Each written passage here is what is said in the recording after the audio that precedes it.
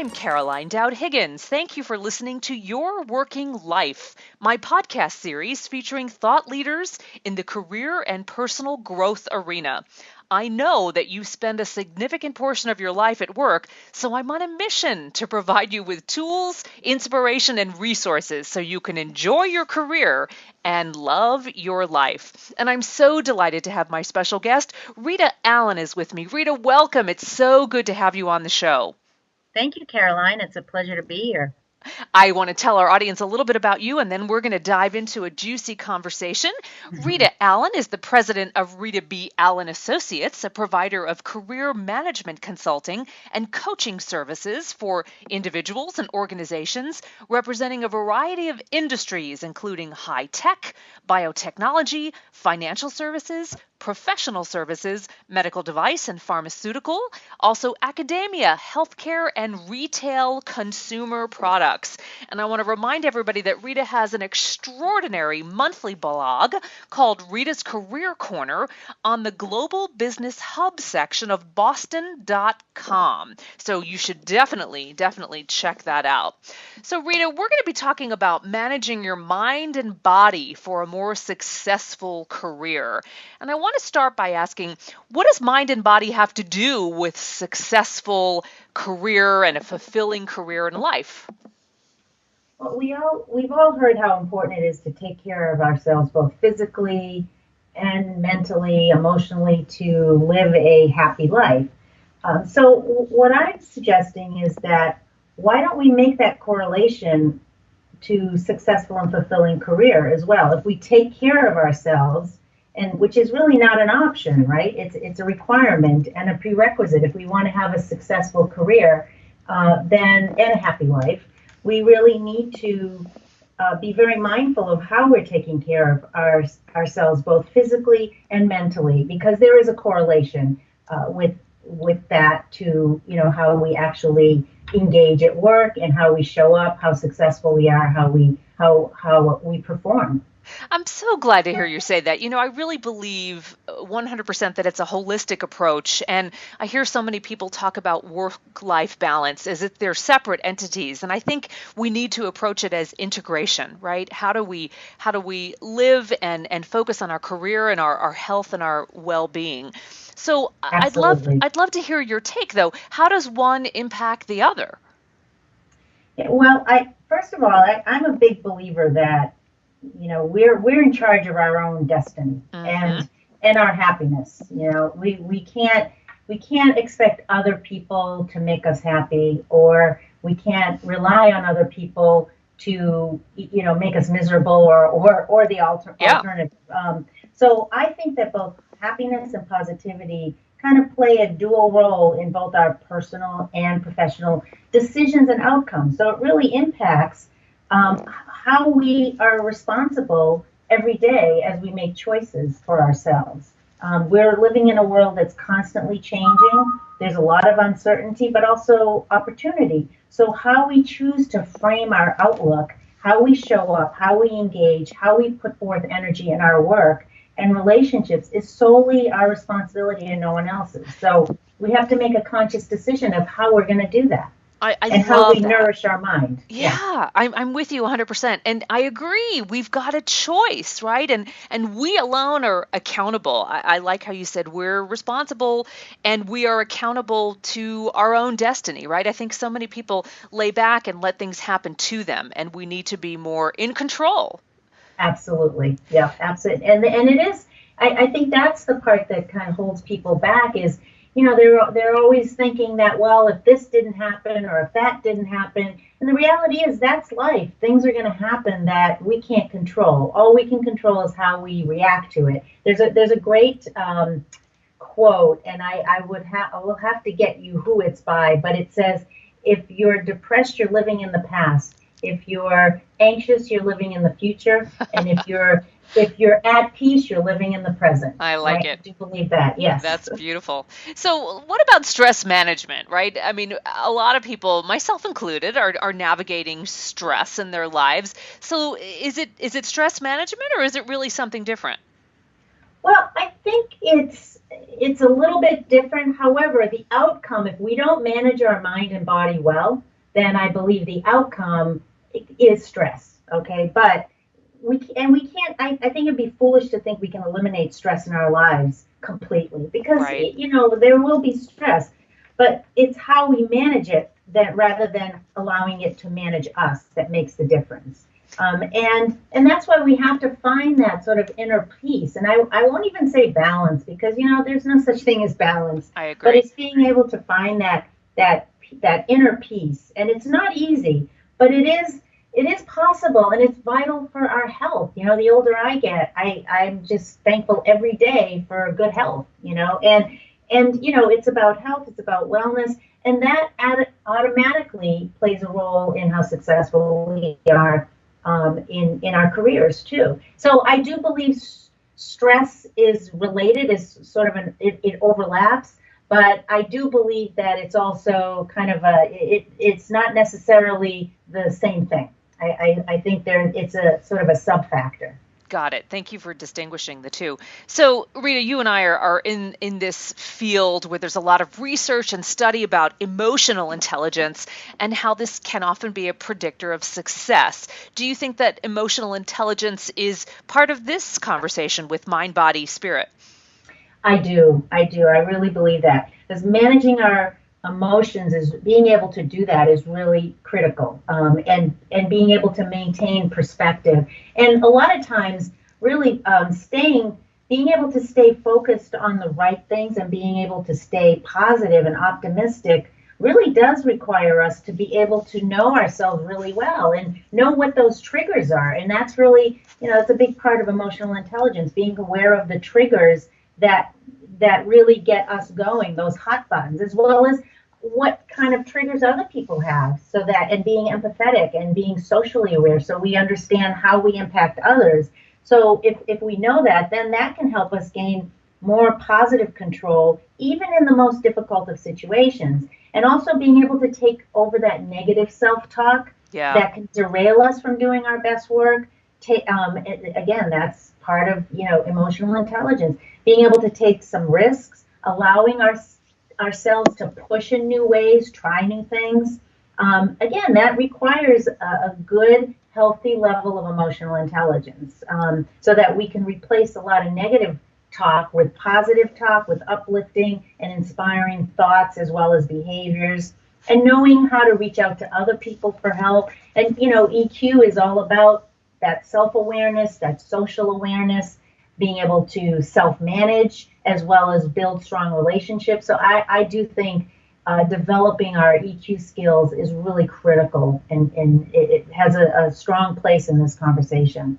I love the term you use, triggers, right? Part of it is being self-actualized, self-aware, so you know what your triggers are. And I think that's so important, because we can get ahead of it, right? And we Right, can absolutely. prevent things. And we have such an opportunity to change our consciousness at any point in the day. So thank you for sharing that. So Absolutely, yeah. let's get very specific. Rita, what are some tips for managing our mind and our body? Well, one thing I suggest is keep a journal. When we Hmm. talked about those triggers, and but keep a journal so that you can sort of capture reflections on a daily, weekly basis. And I'm not talking about diary writing, but just kind of just jot down some bullets, some thoughts, in terms of being able to help you identify what your passions are, as well as uncover what those stressors are. Really knowing what makes us tick, so that we can manage our thoughts and our behaviors in a more effective way. So awareness is very enlightening. So again, it can really help us understand the source of stress, and what ways we need to be better at taking care of ourselves, whether it be our mind, our body. Of course, another tip is just accept the fact that we can't change or control other people or situations. And again, believe me, I know this is a lot easier said than done, but all we can do is manage how we react to them, and making a choice every day that determines how we're going to deal with things in our lives, whether it's other people or situations, and realizing too when situations are beyond our control. Staying positive, again, I know that this is easier said than done, but surround yourself with positive influences, Yeah. and make a choice to stay positive, be optimistic, interact with people that are positive, disconnect from people and situations that are negative. Also, practice effective time management. I find Yes. time Yes. management is such a derailer for so many of us. I know when I let my time get ahead of me as opposed to being really structured with my time, I suffer. So I work really hard in managing my time very efficiently. And then, of course, the eat healthy, in terms of making wise choices for what we're, consuming, whether it's food, beverage, portions, making sure that we're taking time to know our body. Like I realized that, cutting out many years ago, I cut out soda because Yes. that would get me, it would give me migraine headaches and, so it's little things like that. And of course, be active, get plenty of exercise, get plenty of sleep. When I know I have a really demanding week, I make sure I sleep more that week and I make sure I eat, even healthier and I make sure I stay active and get the exercise. And I'm not sure that I'm saying anything people don't already know, but we don't always do what we know, Yeah, right? I So agree. And we need to remind ourselves, and we need to remember that we have a conscious decision to make every day throughout several points in the day. So good for you. I like it. Good practical advice. So let's look at the gender divide, right? So got a lot of demographics in the workforce today. Do you think this concept of managing your mind and body differs by gender or even generation? yeah, I thought long and hard about that because we are definitely in a time where we have such a variety of demographics in the workplace, and in life in general.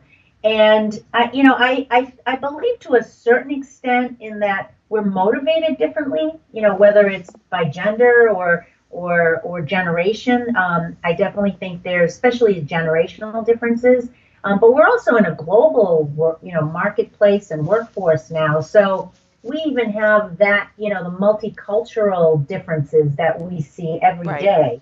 right. Um, and so I do think that, because we're motivated differently and our experiences are different, our priorities will be different. And especially as we evolve through life and career phases too, that plays a big role too. Um, but however, I think the principles really are the same in terms of foundation, some of the things we've already talked about. I don't know that it really makes a difference if you're male or female or what generation you're coming from.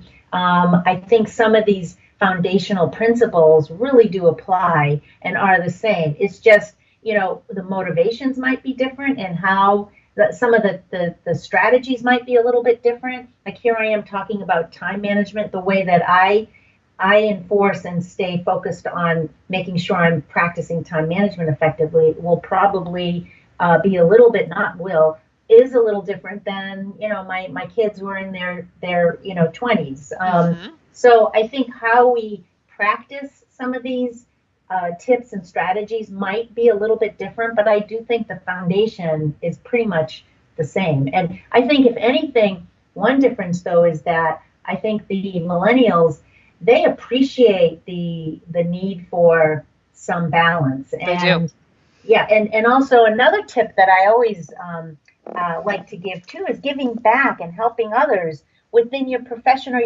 your community. I think that's another way that really keeps us, volunteering, serving on committees, board, mentoring, making a difference. I think that there's nothing more rewarding than that, and that can really inspire us and, in ways that can really be rewarding in terms of, managing, our minds and bodies in a healthy way. I think the millennials, that's something that's important to them. It's not. I think that's something they really are very good at and excel at because they've kind of grown up with that. So I think that some of this probably will be easier for some generations to practice than others, and vice versa. So I think it plays out differently, but I think foundationally the principles I think apply to everybody. I agree with you about the millennials. I am actually very appreciative of that generation because systematically changing the way we look at work and life. And it's Right. causing a beautiful sort of revolution in the career world, in that employers are saying, look, I cannot work my people to death, right? Because they're stressed and they're sick and they're debilitated and they're Right. leaving, right? So in order to respect and honor the talent pool, you've got to treat them well and let them integrate all of these ideas that you're mentioning. So cheers to the millennials. They're helping, Absolutely. they're helping the older Absolutely. generations. I Yeah. know. I say every day I get inspired by my kids who are millennials, and I'm at the gym more now because of them. I'm Yeah. eating healthier because of them. So absolutely, I think my hat goes off to that generation. We're learning a lot Absolutely. from We them. are. We are. So, Rita, tell us about your blog. It's Rita's Career Corner on the Global Business Hub section of Boston.com. Tell us more. Right. So every month I have a topic that has to do with career management. A couple of months ago, I wrote about, tips for your next job interview. I've written about, uh, how to market yourself more effectively, networking tips. There's always a topic every month, and you can also post a question as well if you'd like to a question that's career related. So Wonderful. so it's the Global Business Hub section, and I certainly encourage everybody to take a look, take a peek, and also my website too. Yes, and tell us the address of your website. Yes, it's Rita B. Allen Associates, all spelled out, .com. Wonderful. Now, something really exciting. You've got a forthcoming book called Personal Branding and Marketing Yourself. Tell me more. Yes, I'm very excited. I'm at the tail end of having it ready to go and be published.